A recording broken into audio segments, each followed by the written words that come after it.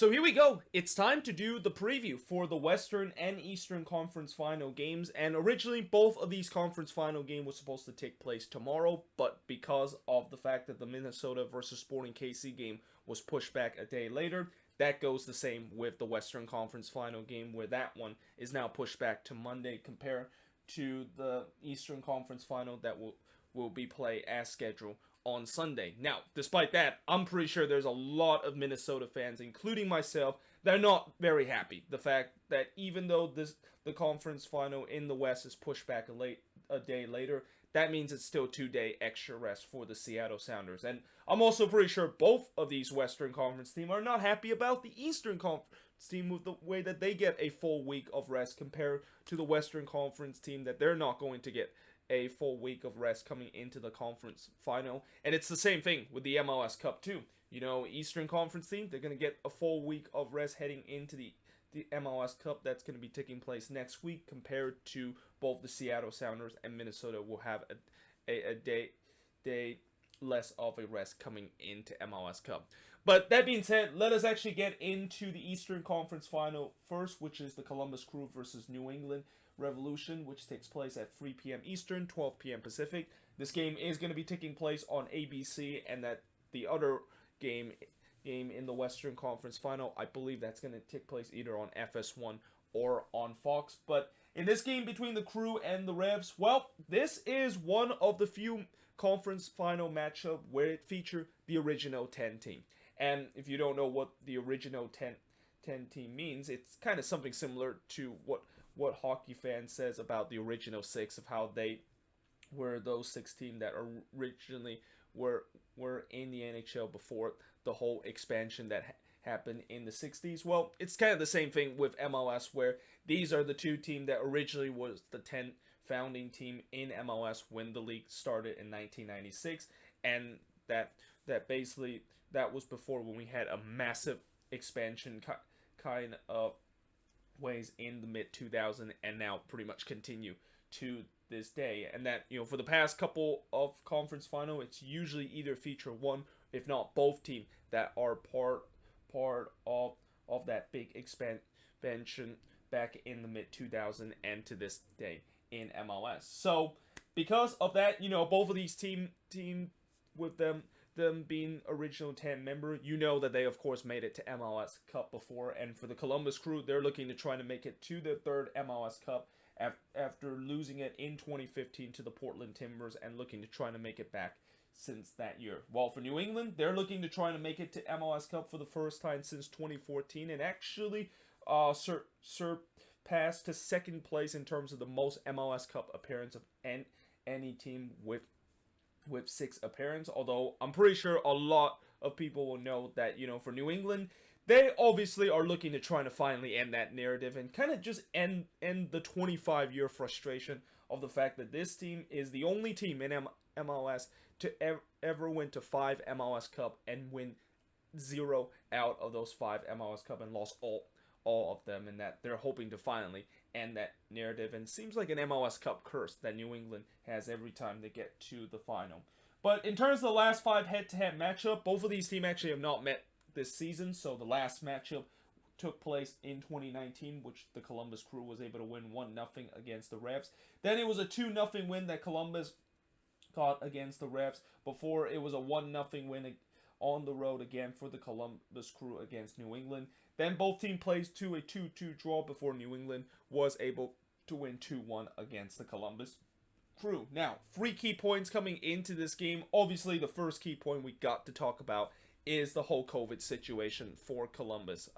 We know what happened last week, where they were going through a bit of an outbreak, and that somehow in some way they were still able to play that game against Nashville. And even more miraculous, the fact that they were able to win that game despite the fact that they had pretty much almost half of their, or they had like around 6 and 7 players not available in this game. Now, I'm assuming because the CDC have recently said that they have shortened the quarantine period once you get tested positive for COVID-19, or if you get tested negative for the 2nd time, to just 7 days now. I'm pretty sure most of those players that got tested positive is going to be available in this game. But We shall see if that, of course, is the case. And that at least for Columbus and for Crew fans to feel a little bit more confident that they can actually play this game with a full strength is the fact that I haven't heard any news about the Crew getting any more players tested positive for COVID-19. I think I only heard like one of them just recently, but from what I also heard, it wasn't really a important player that they have that got tested positive for COVID-19. So it's good news, the fact that they should most likely have a full strength squad coming into this game against the Revs. Whereas for the Revs, the second key points I'm going to bring up is that will the Bruce Arena playoff magic lives on? I mean,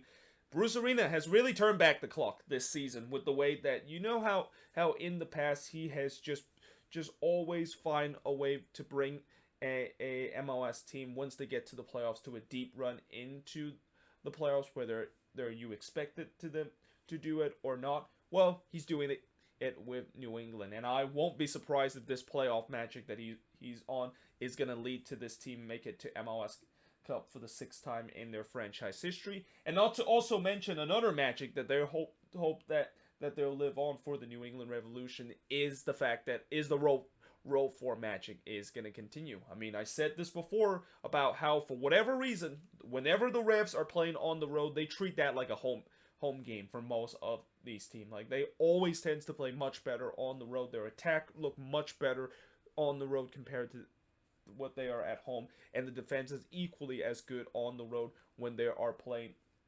at home, and they get a chance to try to once again go on the road, and the fact that they're also looking to trying to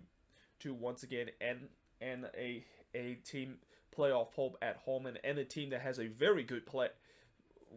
home record this season to end their hope on reaching MLS Cup. That is the Columbus Crew. They're looking for that magic to continue. Now, the other thing that I'll also say about this game, and I know this is going to be a bit of a cliche, but I expect this to be a low-scoring game. I mean, when you look at these conference final in the past, and the more deeper we're getting into the playoffs, the more that the scoring is going to be not as much as what we saw in the early rounds. I mean, the only exception I would say in terms of the last couple of conference final that I remember was very high scoring was that TFC versus Montreal conference final back in 2016, which that was just some of the most craziest playoff matchup that I can ever remember, and probably something that is just a complete outlier of what you expect to see in a conference final. So I expect this to be a low-scoring kind of game, and that, unfortunately, I'm going to have to use another cliche and basically say that whoever scores first in this game is probably going to potentially win this one. I mean, when you look at the record of teams this playoff scoring first, it is exceptional. I mean, only 2 teams have lost this season when they score first, and the other 12 team were able to win on to move on into the next round. And it's just so important to score first, especially into this conference final, because now you are the one that is going to dictate how the game goes, and the opponent that is down a goal coming into the game will basically have to chase the game and trying to search for the equalizer. But either way, this should be a very interesting kind of matchup, and this is also kind of a matchup where whoever wins this matchup, they will have no complaints about the fact that they, of course, would make it to the final, because I know in the beginning of the season, if you would have told me that this was the 2 teams that was going to MLS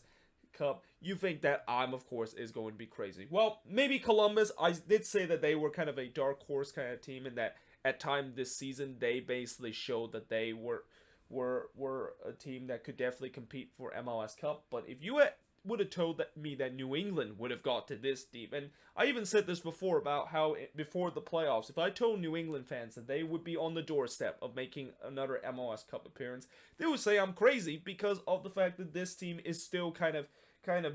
just a step or 2 away from competing for MLS Cup, and that the run that they are making this season is way ahead of their schedule and way ahead of what they think would be in time for them to make a good MLS Cup run. So yeah, and this should be a very interesting matchup, and that I think you can also say New England is kind of a Cinderella team season in the playoffs with the way that they are the lowest seeds out of those 8 teams, and that they also become the first 8 seed to ever make it to MLS conference final, and they're looking now to be the first ever 8 seed to make it to MLS Cup. Now, moving on in terms of looking at the Western Conference final, and since I've been kind of throwing some cliche talking about the Eastern Conference final, let's throw a cliche about the Western Conference final, where this match between the Seattle Sounders versus Minnesota is a matchup between David versus Goliath. You have the Seattle Sounders looking to try to reach the MLS Cup for the second year in a row, and looking to try to reach MLS Cup for the 4th time in the last 5 years, against a Minnesota team that, just like New England, not a lot of people expected them to make it this far. And, I, for once, definitely did not expect them to make it this far, even though I know that coming down the stretch, they were, like New England, one of the hottest team, and they had a 6-game unbeaten run. But you got to remember, doing those 6-game unbeaten run, not only the fact that we've been playing some very easy team, but there's been some lucky resort doing those 6-game unbeaten run, whether it's some referee decision that gone in favor of us, or VAR decision that gone in favor of us, or the fact that we got lucky because the opposition scored the winning goal for us, and that none of those 6 games, you could have told me,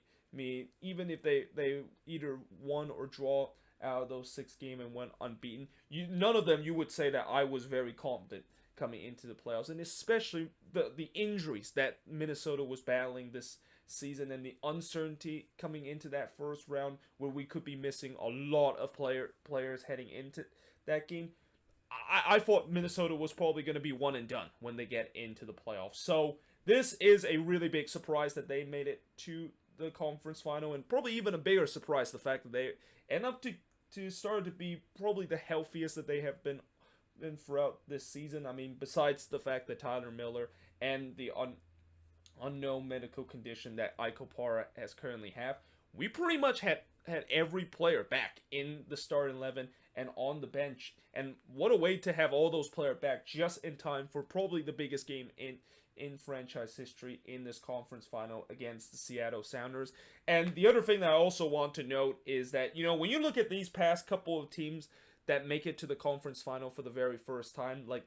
LAFC versus Atlanta, a lot of people were expected that they would make it to the conference final. Like last year when LAFC made it to the conference final for the very first time, yeah, everybody was expected them to make it that far because they just won the Supporters' Shield, and they were on verge of becoming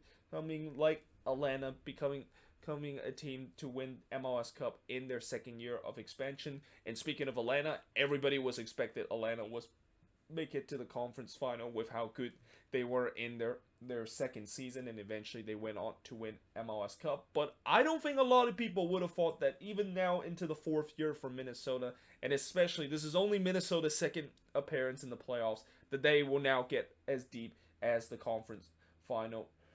right now. So yeah, they are definitely the Goliath coming into this playoff against a Seattle team that, again, they are no doubt, if you look at these 4 teams in the playoffs, they're the ones that are heavy favorites of potentially not only reaching to MLS Cup, but actually repeating as MLS Cup champion, because they have by far the best team out of all 4 of these teams coming into this game. Now, that being said, in terms of the last 6 head-to-head record, and just to show you how not only Seattle is heavy favorites in this, but they also have history that is going to be in favor of them. Because Minnesota has never beaten Seattle in their franchise history. They lost 1-0 last year, and just like this match, this is the first meeting between both of these teams in 2020. But last year on decision day, Seattle was able to win 1-0 against Minnesota. Before, it was a 1-1 draw between the Loons and the Sounders, and that was the first time that the Loons have ever got a point against Seattle in their franchise history. But before that, it was the Sounders winning 2-1 on the road, winning 3-1 at home against Minnesota, winning 2-1 at home against Minnesota, before winning 4-0 against Minnesota in their first ever meeting between both each other. And, the other thing that also have in favor of history for Seattle is that they currently have the longest unbeaten run in the playoffs at home, where they have not lost a playoff game at home in 14 matchup. And that, definitely history, of course, have been in favor of the Sounders team. But that being said, as we get into a key points, and I probably should have wrote this as a key points too. We see this season where you can have history that is in favor of you, and you can have things that are kind of completely against you, and the odds completely against you, and all those doesn't really matter at the end of the day, because we've seen teams where they are able to beat the odds and able to get their first ever win against an opposition for the very first time. Heck, Minnesota, the last game against Sporting KC, they never won against Sporting KC at Children's Mercy Park, and they beat that odds by winning 3-0 against Sporting KC. So I think my odds, I would say, is that this just one of those years where it doesn't really matter in terms of past history and how much the odds that is against you. If you can play a good game and you are able to be up for it, which I know Minnesota is going to be up for the task against Seattle in this game, they can really pull off an upset in this one. And finally, also, and another odds that is kind of in favor of Seattle is that there's no other MLS team besides the Cascadia team that make it to MLS Cup since the Galaxy did it back in 2014. Now, getting into the key points for both of these teams, obviously, in terms of the attack, it's pretty much the Seattle Big Three versus the Minnesota, the dynamic duo. The Big Three, Ruidíaz, Ladero, and Morris, all those three guys is going to be facing up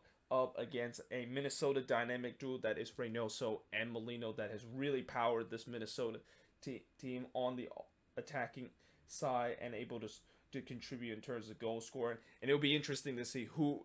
exactly is going to be the one that is going to contribute more. Is it going to be the Big Three with Ruidíaz, Ladera, and Morris that is going to be contribute goals and get the Seattle Sounders over the line to MLS Cup? Or will Kevin Molino and Reynoso continue their incredible form and able to create havoc against that Sounders back line? Now, the other key points that I will say is that, again, can Minnesota beat the odds heavily in favor of Seattle? And actually, I did kind of just talked about the fact that the Sounders have all the odds that isn't in favor of them in terms of history. But can Minnesota do it again? Can they actually beat the odds and actually become the first ever Western Conference team that is not named Portland or Seattle to make it to MLS Cup since 2014? And then lastly, the last key points, which I think this is a key point that not a lot of people are talk about, but this is something that I feel like should get recognition and should be one of the key points, is the goalkeeping battle. I mean, nobody expected that we would be talking about a goalkeeping battle. Heck, even during the MLS's back tournament concluded, or even the beginning of the season, nobody thought a goalkeeping battle between Stephen Fry versus Dane Sinclair would be very interesting. Heck, I don't think a lot of Loons fans even thought that Dane Sinclair would be as good as he has been. But when you look at what he has done to this team ever since he has been stepped in for Tyler Miller, he has just been absolutely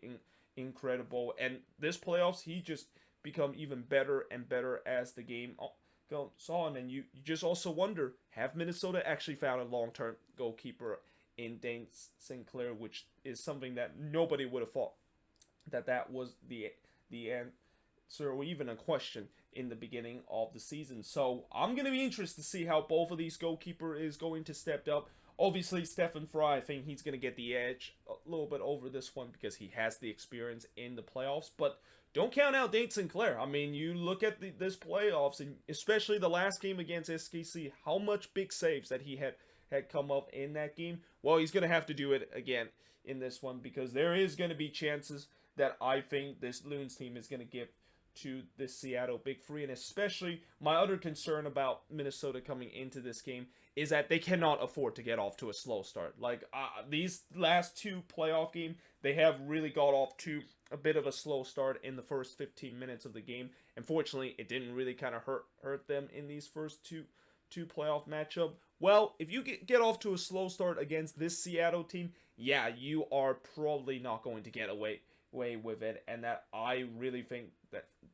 that Minnesota really need to get themselves off to a good start and really need to dictate the game in this one, because if they don't dictate this game and give the Sounders all the freedom to basically basically trying to dictate the play and the pace of this game, most likely the Sounders is going to win this one. And also a bonus fact in terms of the key points is that will this be Ozzie Alonso's last game of his career? Now, I know this might be an insane thing to say, but you know, Ozzie Alonso, this might be potentially his last ever time he gets to play at Century, or not CenturyLink, Lumen's Field. I always forget that they of course change the name of that stadium. It's gonna get time for me to eventually catch up to talking about the stadium ever before actually, you know, never mind in terms of that. But the question, of course, with this is the fact that, you know, since Ozzie Alonso is now 35 years old, and I'm not quite sure if his contract is going to expire this year, and if his contract is going to be expired this year, you wonder would the Loons potentially bring him back, knowing the fact that he's now 35 years old and he's going to turn 36 heading into next season. You know, I don't think the Loons would think about trying to re-sign a player that is that old in terms of the midfield. And we also have seen this season where even though we didn't have Ozzie Alonso for majority of the season because of him battling injury, which that's another thing that can tells you maybe his leg has started to run out and he just does probably near the twilight of his career, is the fact that we've been fine in terms of the midfield even without Ozzie Alonso there in the middle of the park. So it'll be interesting to see whether or not if this is really his last game of his career, and what a fitting way to kind of end, even if this is his last game of a career, that he will of course end his career in Seattle, even though he's playing against the opposition team. Or maybe we'll see next season the Seattle Sounders potentially pick up Ozzie Alonso off free agency, and maybe he's going to have like a Chris Wondolowski kind of moment where a farewell tour to pretty much play one last season with the team, because hey, you know, the Sounders, they have signed a couple of players that is longtime member of their team back after they were with another MLS team or they were overseas. Just look at Roman Torres with the way that they somehow kept him despite the fact that they looked like they sold him off for good, but then they of course decided to bring him back